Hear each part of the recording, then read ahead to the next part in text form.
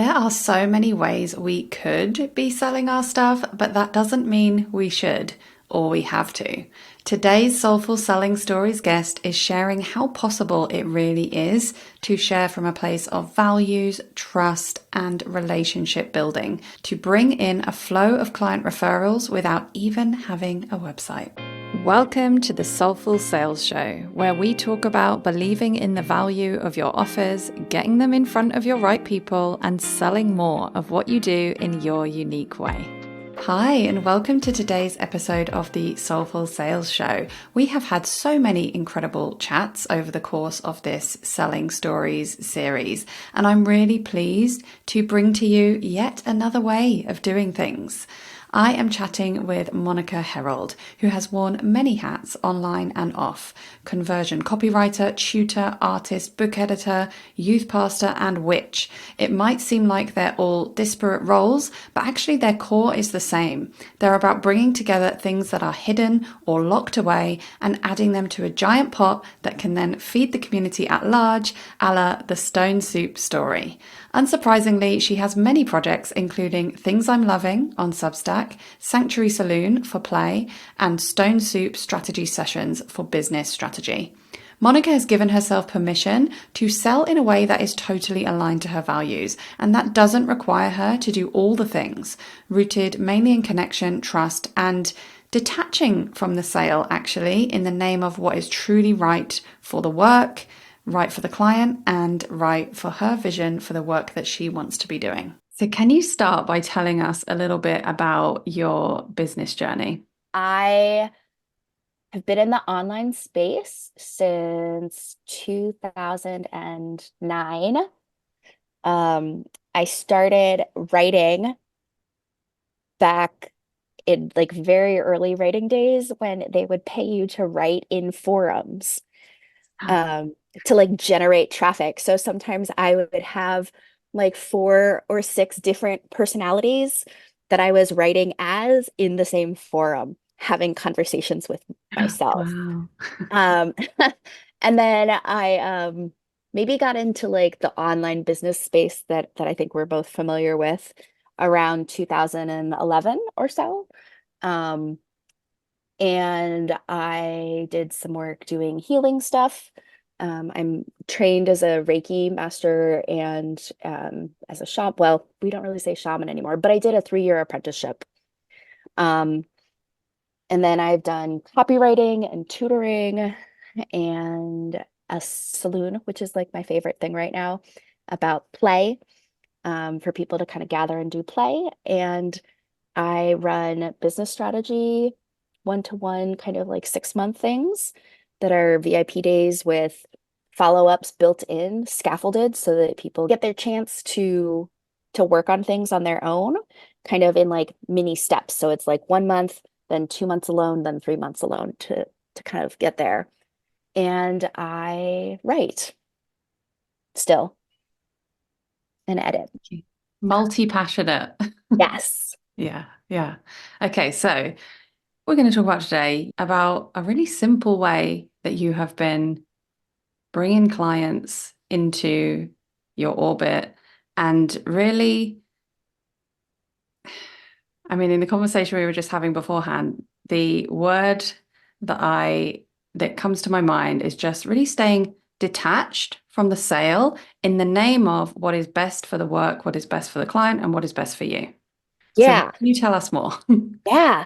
So I think that it's so easy to get caught up in feeling a need for clients or for money, like in like a very basic way, right? Not in a way that I'm assigning any value to, but just like we need money to live in a capitalist Mhm. society. Um, and and I've found that when I'm detached in and not placing attachment on having to work with the client, that I can offer more generously information or advice, kind of not in a standard discovery call, because I'm not actually trying to do sales in the call, but in a trying to figure out if I'm actually the right person to help them. And if I am, what is the best way that I can offer them to work together that'll both meet their needs and let me bring what I'm best at in a way that allows me to deliver it very well rather than like deliver it in a way that people say you should deliver it in or that is like the latest online trend for how you should deliver something. And really just staying true to that. So I had an instance recently where I was given a referral from somebody I'd worked with before. And when this person came to me, they had a completed manuscript and they were looking for some editing. And when we met, what was most important was to find out what they wanted to use the book for. Because if they needed it as a memoir that they just wanted their kids to read because they were going to self-publish it and they wanted to have their stories, then it would be okay as it was. But if they wanted to use it for anything else, for something for people who didn't know them at all, then it really needed to be tweaked. And so over the course of an hour, we spoke and I asked questions to learn a little bit more about what that was and to learn a little bit more about the woman that I was speaking with and what her journey had been. While I was doing that, it became really clear that she didn't want something that was just going to be for her kids to read, right? She wanted something that she could take to other places and use not quite as a business resource, but almost as a business resource. And by by really feeling detached and by being in a position where I didn't need the money, um, I was able to say, like, I'm not the right person for the particular editing that you're talking about. I know in the past, I might have felt like a need to contort and because I can proofread. Like that's fine. I can do it, but it's not where I really shine. Um, and so allowing myself to say, actually, this is really how I can help was the better option in that instance. Does that kind of speak to what you were saying? Oh, yeah, for sure. And I think so many of us have had those moments where we've thought, I can do this, I could do this, right? Oh, yeah. Or maybe I should. Yeah. Yeah. And I think it's so easy to get caught up in that. Um, whether you're new to the online space or a veteran, um, people come and go, trends come and rise and fall. And and one thing that I found to be really helpful is like as a compass is to look at what my values are and then to see about how I can put them into action um, as boundaries, right? So looking at a situation and saying, how can I bring more generosity to this Mhm. situation? Or how can I bring more detachment to kind of go back to what you were asking about earlier? Or how can I bring more compassion for myself, right? Like it doesn't even like I learned that phrase like of values in action and boundaries as values in action from Randy Buckley. And she also always says that when you are like when you have boundaries, your boundaries have to include yourself in order for them to be complete, right? So like not only how can I be generous with others, but how can I make sure that my generosity really includes myself? And I think that that's so key and like such an important part of that equation. I love that so much. And I think also including yourself, you would think sometimes, oh, sorry, my son is like crying in the Oh, background. I His can't hear daddy has him. gone to him. But if you can hear that, it's okay. Um, but including yourself also includes like not just the short term of like, okay, I need this, like, do I need this sale? Do I need this money? But the Right. long term of the work you're meant to do. Absolutely. Yeah. And I think for me, there's some decisions that I've made in the past year that have been designed to allow myself to have a little bit more breathing room there. And I've noticed that by like reducing my expenses and accessing some money that I have access to, in a way to draw it out has really allowed me to have that breathing space to look ahead to see like what can I do now that I wouldn't have in the past, but that will build for the future and will allow me to include myself in that generosity and that compassion and that like thinking about how we want to show up in community and in relationship and in right relationship. And can you just share a little bit about what, because I know that you said beforehand when we were chatting, like you don't have a website. Yeah. And like, what does this generosity look like? How do you reach people Yeah. if not for the traditional way that everyone says that you need? You need to have a website, you need to have this, that, and the other. Yeah. So I am an introvert. So what I'm going to say right now is going to sound maybe a little bit contradictory, but I do enjoy meeting people. And years ago, I was in a BNI group, which stands for Business Networking International.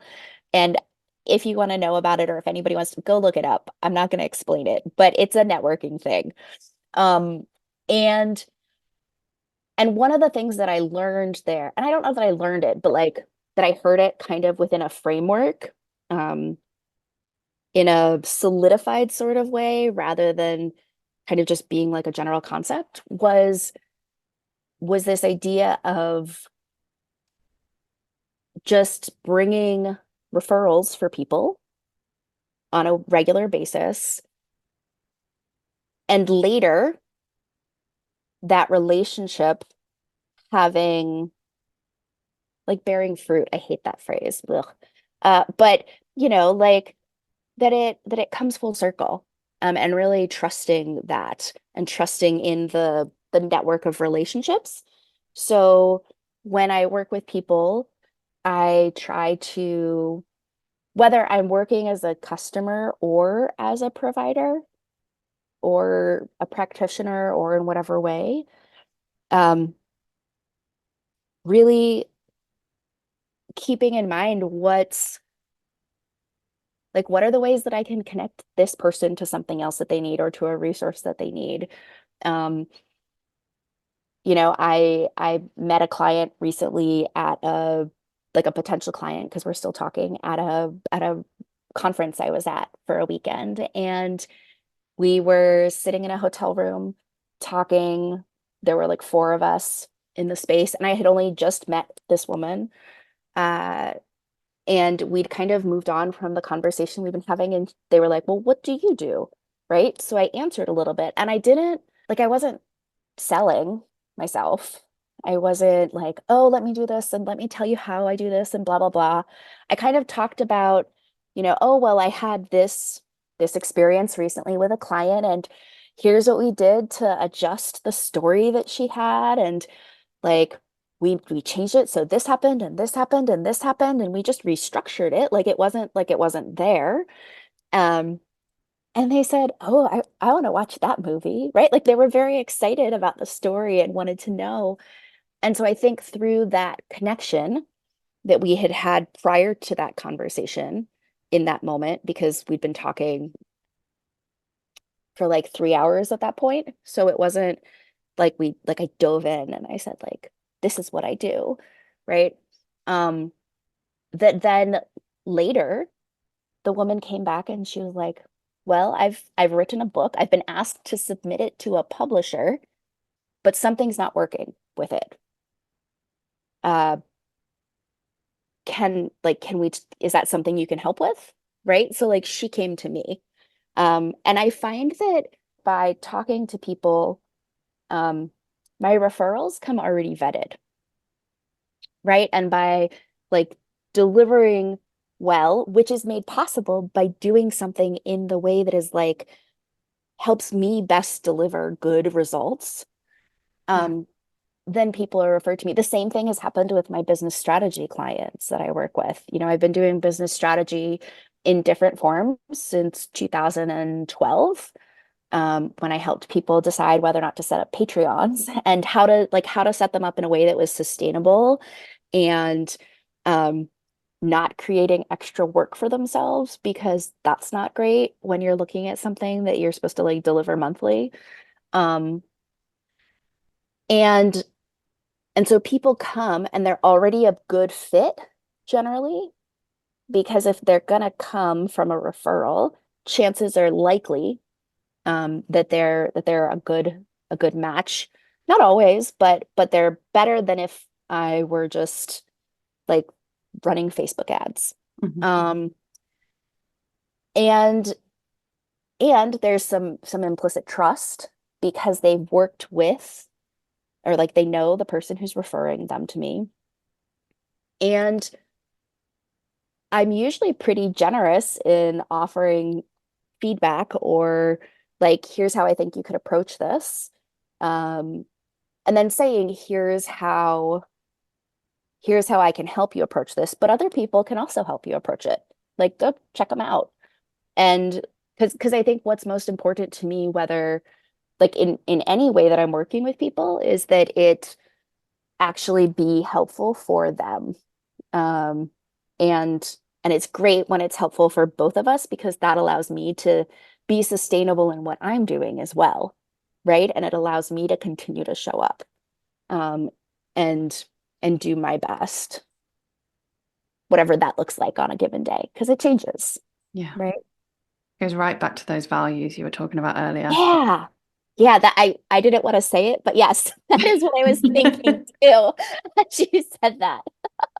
I'm really glad that you shared it. I feel like we could talk for so much longer, but I'm really glad that you shared this different way of doing things because, so far I've had so many conversations with through these soulful selling stories about all kinds of different things when it comes to how we sell or how we feel about selling. And this is yet another example of how you can do it your way and how your way might look very different to what a lot of people are talking about and teaching about Yeah. online. So I love that. Thank you for sharing that. So before we finish, I just see your cat peeking in Do there. you I see love her it. nose? Yeah, yeah, I Yeah. love it. So before we finish, just a really quick question for you. What has been your biggest win, lesson, or mindset shift since being a member of the Soulful Sales Society? I think, I think it's been around what I was just describing, right? Like I joined the Soulful Sales Society last year when it launched, and and I made some of those decisions that I kind of referenced earlier in our conversation, in September. And I think that it was a combination of the space in the group, and I know like it's a Facebook group, so it's not high touch, but it's a good community, and it's nice to like I enjoy being able to see other people's stories and to like pop in and out. And I find it really helpful to know that there are other people who are also prioritizing doing things in a way that is aligned for them, not just like matching whatever. And so I think that it was helpful in making my like not making, but like feeling like I could make that decision. Um, and then continuing on with it. I love that. Yeah. Thank you. Thank you so much. And finally, I know you don't have a website. Where can people go to find out more about you and the work that you do? Yeah, so there's a few different places. I'm on Facebook. That's probably where I'm most active. Although if you go to my Facebook right now, you'll see that I'm not super active, and it's because my sister had a baby. And so I have been pretty not active on Facebook, but usually Facebook is a good place. I have a Substack called Things I'm Loving. I have a website for the Sanctuary Saloon, which is probably going to be happening this summer at some point, although I haven't set dates yet. So that's thesanctuarysaloon.com. And I think those are probably the best three places. I'm in other places that people can find me, but those are probably where I'd send folks. Perfect. And I guess just get in touch if they Yeah, feel they're like the right person. Okay. Thank you so much, Monica. yeah, of course. Thank you. Thank you so much for listening to another episode of Soulful Sales. If you have a moment to rate and review, know that it really does make a difference. And if you'd like to carry on the conversation, then you can connect with me on Instagram at Ruth Poundwhite, sign up to my newsletter at ruthpoundwhite.com/newsletter, or my personal favorite, join me inside the low ticket membership at ruthpoundwhite.com/membership. And keep doing what you're doing because your work really does matter.